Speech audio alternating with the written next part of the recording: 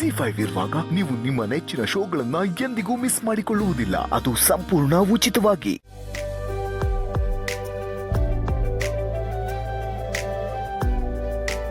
ಅಮ್ಮ ಬನ್ನಿಮ್ಮ ಊಟಕ್ಕೆ ಹೋಗೋಣ. ಊಟನ ನನಗೆ ಆಗ್ತಿರೋ ಖುಷಿಗೆ ಹೊಟ್ಟೆ ತುಂಬ ಹೋಗಿದೆ. ನಾಳೆ ನನ್ನ ಮೊಮ್ಮಗಳು ಮನೆಗೆ ಬರ್ತಾ ಇದ್ದಾಳೆ. ಅವಳು ಮಾತ್ರ ಅಲ್ಲ, ಅವಳ ಗಂಡನೂ ಜೊತೆಗೆ ಬರ್ತಾ ಇದ್ದಾನೆ. ಅಮ್ಮ ಸುಬ್ಬು ಈ ಮನೆಗೆ ದಿನ ಬರ್ತಾನಲ್ಲಮ್ಮ. ಪ್ರತಿದಿನ ಅವನೊಬ್ನೇ ಮನೆಗೆ ಬರೋದು ಬೇರೆ, ಗಂಡ ಹೆಂಡತಿ ಇಬ್ರು ಒಟ್ಟಿಗೆ ಈ ಮನೆಗೆ ಬರೋದೇ ಬೇರೆ. ನಾಳೆ ಅವನು ಈ ಮನೆ ಅಳಿನಾಗ್ ಬರ್ತಿದ್ದಾನೆ. ಪ್ರತಿದಿನ ಅವನ್ ಬಂದಾಗ ಈ ಮನೆಯವರೆಲ್ಲ ಅವನನ್ನ ಕೆಲಸದವನ್ ತರ ನೋಡ್ತಾ ಇದ್ರು.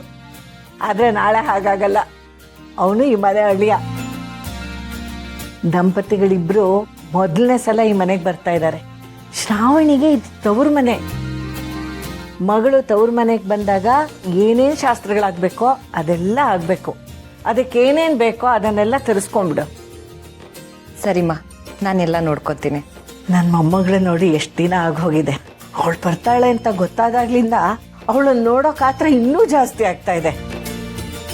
ಅವಳನ್ನ ನೋಡಬೇಕು, ಅವಳ ಜೊತೆ ನೇರವಾಗಿ ಮಾತಾಡಬೇಕು ಅಂತ ನಾನು ಆಗಾಗ ಅವಳಿಗೆ ಫೋನು ಮಾಡ್ತಾ ಇರಲಿಲ್ಲ. ನಿಮ್ಮ ಸಂತೋಷ ನನಗೆ ಅರ್ಥ ಆಗ್ತಿದ್ಯಮ್ಮ. ನಾನು ಶ್ರಾವಣಿ ನೋಡೋದಕ್ಕೋಸ್ಕರ ಕಾಯ್ತಾ ಇದ್ದೀನಿ. ಬಾವ ಮತ್ತು ನಮ್ಮ ಮನೆಯವರು ಸುಬ್ಬು ಹತ್ರ ನಡ್ಕೋತಿದ್ದ ರೀತಿ ನೋಡಿ ಶ್ರಾವಣಿ ಮನೆಗೆ ಮತ್ತೆ ಬರ್ತಾಳ ಅಂತ ಭಯ ಆಗ್ತಿತ್ತು. ಆದರೆ ನಿಮ್ಮಿಂದ ಶ್ರಾವಣಿ ಮತ್ತೆ ಈ ಮನೆಗೆ ಬರೋ ಹಾಗಾಯಿತು. ಇದು ನನ್ನಿಂದ ಮಾತ್ರ ಅಲ್ಲ, ಇದಕ್ಕೆಲ್ಲ ಕಾರಣ ಅವರು. ನೋಡು, ಅವ್ರು ಅಲ್ಲಿಂದನೇ ಕೂತು ಮೊಮ್ಮಗಳನ್ನ ಮನೆ ಕರೆಸ್ತಾ ಇದ್ದಾರೆ. ಅವ್ರು ಹಾಗೇನೆ ಹಿಡಿದ ಕೆಲಸನ ಪಟ್ಟು ಬಿಡದೆ ಮಾಡಿ ಮುಗಿಸ್ತಾ ಇದ್ರು. ಈಗ ನೋಡು, ಅವ್ರು ಇಲ್ದೆ ಹೋದ್ರು ಅವರಿಂದ ಇಷ್ಟೆಲ್ಲ ಆಗ್ತಾ ಇದೆ. ಶ್ರಾವಣಿ ಈ ಮನೆಗೆ ಬಂದಾಗ ಅವಳನ್ನ ಮೊದಲನ ಹಾಗೆ ಮಾತಾಡ್ಸಕ್ಕಾಗಲ್ಲಮ್ಮ. ಅವಳು ಈಗ ಇನ್ನೊಬ್ರ ಮನೆ ಸೊಸೆ. ತವ್ರ ಮನೇಲಿ ಅವಳಿಗೆ ಸಿಗ್ಬೇಕಾಗಿರೋ ಪ್ರೀತಿ, ಗೌರವ ಎಲ್ಲ ಸಿಗ್ಬೇಕು. ಗೊತ್ತಾಯ್ತಲ್ವಾ? ಸರಿಮ್ಮ, ಅವರಿಬ್ರು ಚೆನ್ನಾಗಿ ನೋಡ್ಕೊಳ್ಳೋಣ.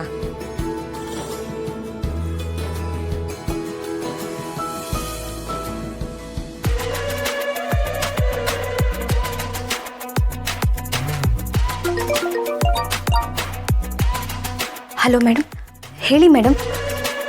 ಶ್ರೀವಲ್ಲಿ, ಹೇಗಿದೆಯಮ್ಮ? ಚೆನ್ನಾಗಿದೆಯಾ? ಮೇಡಮ್, ನಾನು ಚೆನ್ನಾಗಿದ್ದೀನಿ. ಅಯ್ಯೋ ಪಾಪ. ಅಲ್ಲ, ನೀನ್ ಹೇಗ್ ಚೆನ್ನಾಗಿರಕ್ ಸಾಧ್ಯ? ಬರೀ ಬಾಯಿ ಮಾತಲ್ಲಿ ಚೆನ್ನಾಗಿದ್ದೀನಿ ಅಂತ ಹೇಳ್ತಿದ್ಯಾ. ನಿನ್ ಜೀವನದಲ್ಲಿ ನಡಿಬಾರ್ದೆಲ್ಲ ನಡೆದು ಹೋಯ್ತು.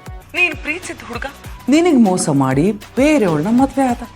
ಇಂಥದ್ರಲ್ಲಿ ನೀನ್ ಹೇಗ್ ಚೆನ್ನಾಗಿರಕ್ ಸಾಧ್ಯ?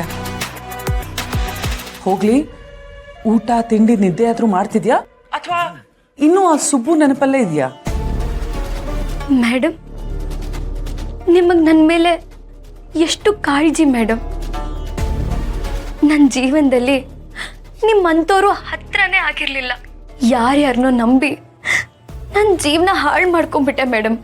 ಅಯ್ಯೋ ಶ್ರೀವಲ್ಲಿ, ನೀನು ನನ್ನ ಮಗಳಿದ್ದಾಗೆ ಕಣಮ್ಮ. ನಿನ್ನನ್ನು ಈ ರೀತಿ ನೋಡಿದಾಗ ನನಗೆ ಕರಳು ಚುರುಕನ್ನುತ್ತೆ. Thanks madam. ನಿಮಗಾದ್ರೂ ನನ್ನ ಮೇಲೆ ಕರುಣೆ ಇದೆಯಲ್ಲ. ಮಿನಿಸ್ಟರ್ ಸಾಹೇಬ್ರು ನನ್ನ ಮಗಳೇ ಅಂತ ಕರೆದಿದ್ದಾರೆ.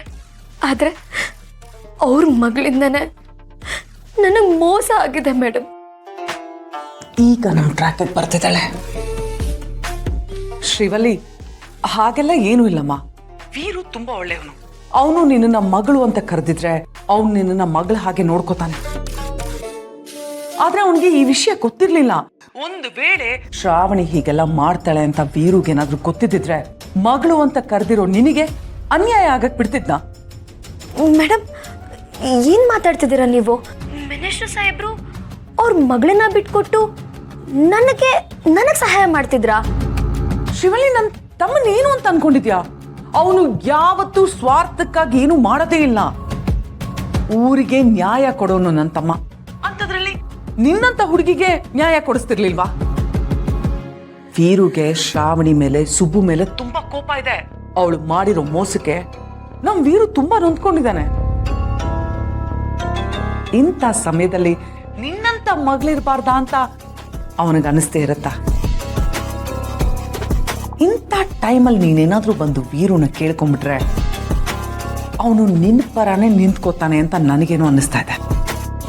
ಆದ್ರೆ ಪಾಪ ನೀನೆಲ್ಲಿ ಹಾಗೆಲ್ಲ ಮಾಡ್ತೀಯ? ಯಾಕೆ ಮಾಡಬಾರ್ದು ಮೇಡಮ್? ನಾನು ಮಿನಿಸ್ಟರ್ ಸಾಹೇಬ್ರ ಹತ್ರ ಬಂದು ನ್ಯಾಯ ಕೇಳ್ಬೋದಲ್ವಾ? ಹೇಗಿದ್ರು ಶ್ರಾವಣಿ ಮತ್ತೆ ಸುಬ್ಬು ಮಧ್ಯೆ ಪ್ರೀತಿ ಇದೆ ಅಂತ ನನಗೆ ಅನ್ನಿಸ್ತಾನೆ ಇಲ್ಲ. ಅಯ್ಯೋ ಶ್ರೀವಲ್ಲಿ, ಇಂಥ ವಿಷಯದಲ್ಲೆಲ್ಲ ನಾನು ಏನಮ್ಮ ಹೇಳಕ್ಕಾಗುತ್ತೆ? ನಿನ್ನ ಮನ್ಸಿಗೆ ಏನು ತೋಚುತ್ತೋ ನೀನು ಅದನ್ನೇ ಮಾಡಮ್ಮ. ಆದ್ರೆ ನಾನು ಹೇಳೋದು ಒಂದೇ ಒಂದು, ನೀನು ಏನೇ ನಿರ್ಧಾರ ತಗೊಂಡ್ರು ನಿನ್ನ ಸಪೋರ್ಟ್ಗೆ ನಾನು ನಿಲ್ತೇನೆ. ಒಂದು ವೇಳೆ ನೀನೇನಾದ್ರೂ ಬಂದು ಈ ವಿಷಯನ ವೀರು ಹತ್ರ ಮಾತಾಡ್ತೀನಿ ಅನ್ನೋದಾದ್ರೆ ನನಗೂ ಹೇಳು. ನಾನು ಅವತ್ತು ಮನೇಲೇ ಇರ್ತೀನಿ. ನನಗೂ ನಿನ್ನ ನೋಡ್ಬೇಕು ಅಂತ ಆಸೆ ಆಗ್ತಿದೆ. ಸರಿ ಮೇಡಮ್, ಹಾಗಿದ್ರೆ ನಾನು ಅಲ್ಲಿಗೆ ಬರ್ತೀನಿ. ಮಿನಿಸ್ಟರ್ ಸಾಹೇಬ್ರ ಹತ್ರ ಮಾತಾಡ್ತೀನಿ.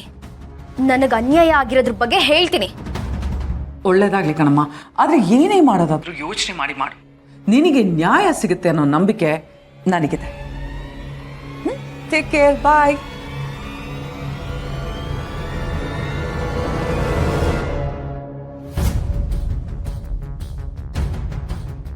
ವಾಹ್ ವಾಹ್ ವಾಹ್ ವಾಹ್ ವಾಹ್, ಏನು ಆ್ಯಕ್ಟಿಂಗ್ ಮ್ಯಾಮ್ ನಿಂದು.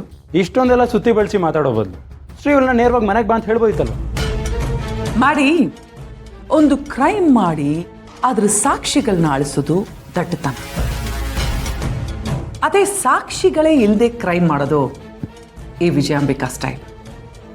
ಈಗ ಈ ವಿಷಯನೆಲ್ಲ ನಾವು ಹೇಳಿ ಶ್ರೀವಳ್ಳಿ ಕೈಯಲ್ಲಿ ಮಾಡಿಸಿದ್ರೆ ಯಾವತ್ತೋ ಒಂದಿನ ಈ ವಿಷಯ ಎಲ್ಲ ಹೊರಗಡೆ ಬಂದಾಗ ಇದೆಲ್ಲ ಮಾಡಿಸಿದ್ ನಾವೇ ಅಂತ ಗೊತ್ತಾದ್ರೆ ದೊಡ್ಡ ಪ್ರಾಬ್ಲಮ್ ಆಗುತ್ತೆ. ಆದರೆ ಏನೂ ಹೇಳಿದೆ ಇದೆಲ್ಲನೂ ಅವಳಾಗೆ ಅವಳು ಮಾಡೋ ಹಾಗೆ ನಾವು ಮಾಡಿದ್ರೆ ನಾವು ಅನ್ಕೊಂಡಿದ್ದು ಆಗತ್ತೆ. ಇದ್ರ ಹಿಂದೆ ನಾವಿದ್ದೀವಿ ಅಂತ ಯಾರಿಗೂ ಗೊತ್ತೂ ಆಗಲ್ಲ. ಆಗ ಶ್ರೀವಲ್ಲಿಗೆ ನಮ್ಮ ಮೇಲೆ 10 ಪಟ್ಟು ನಂಬಿಕೆನೂ ಜಾಸ್ತಿ ಆಗುತ್ತೆ. ಇವತ್ತು ಬಜಾರಲ್ಲಿ ದುಡ್ಡು ಕೊಟ್ಟರೂ ಸಿಗದೆ ಇರೋದು ನಂಬಿಕೆ ಒಂದೇ. ಆ ನಂಬಿಕೆನ ಹೇಗೆ ಈಸಿಯಾಗಿ ಗಳಿಸ್ಕೋಬೇಕು ಅಂತ ನನಗೆ ಚೆನ್ನಾಗಿ ಗೊತ್ತಿದೆ.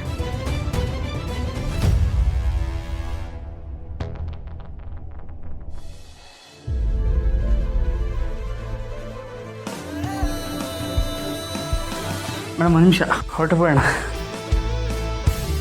ಹೊರಡ್ಬೇಡನ್ವಾ?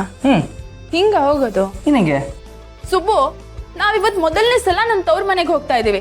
ನಾನು ನೆನೆನೆ ಹೇಳ್ದಾಗೆ ಜುಮ್ ಅಂತ ಹೋಗ್ಬೇಕು. 1 ನಿಮಿಷ ಇರು.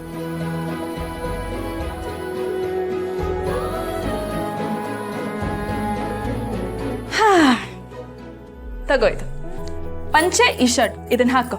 ಯಾವಾಗ್ಲೂ ಈ ಚೆಕ್ ಶರ್ಟೇ ಹಾಕಿರ್ತಿಯಲ್ಲ, ಇದನ್ನ ಹಾಕೋ. ನೋಡು, ಮೊದಲನೇ ಸಲ ನೀನ್ ಅಳಿಯನಾಗಿ ಮಾವನ್ ಮನೆಗೆ ಹೆಂಡತಿ ಜೊತೆಗೆ ಹೋಗ್ತಾ ಇದೀಯಾ. ಸಂಪ್ರದಾಯಬದ್ಧವಾಗಿ ಹೋಗ್ಬೇಕು ತಾನೆ? ಪಂಚೆ ಎಲ್ಲ ಆಗಲ್ಲ, ಇದು ನೀವೇ ಹಿಡ್ಕೊಳ್ಳಿ. ನಾನು ಹಿಂಗೆ ಬರ್ತೀನಿ, ಹಿಂಗೆ ಹೋಗೋಣ ಬನ್ನಿ. ಆಗಲ್ವಾ? ಯಾಕಾಗಲ್ಲ? ZEE5 ಆಪ್ ಡೌನ್ಲೋಡ್ ಮಾಡಿ ಎಲ್ಲಾ ಸಂಚಿಕೆಗಳನ್ನು ಸಂಪೂರ್ಣ ಉಚಿತವಾಗಿ ನೋಡಿ.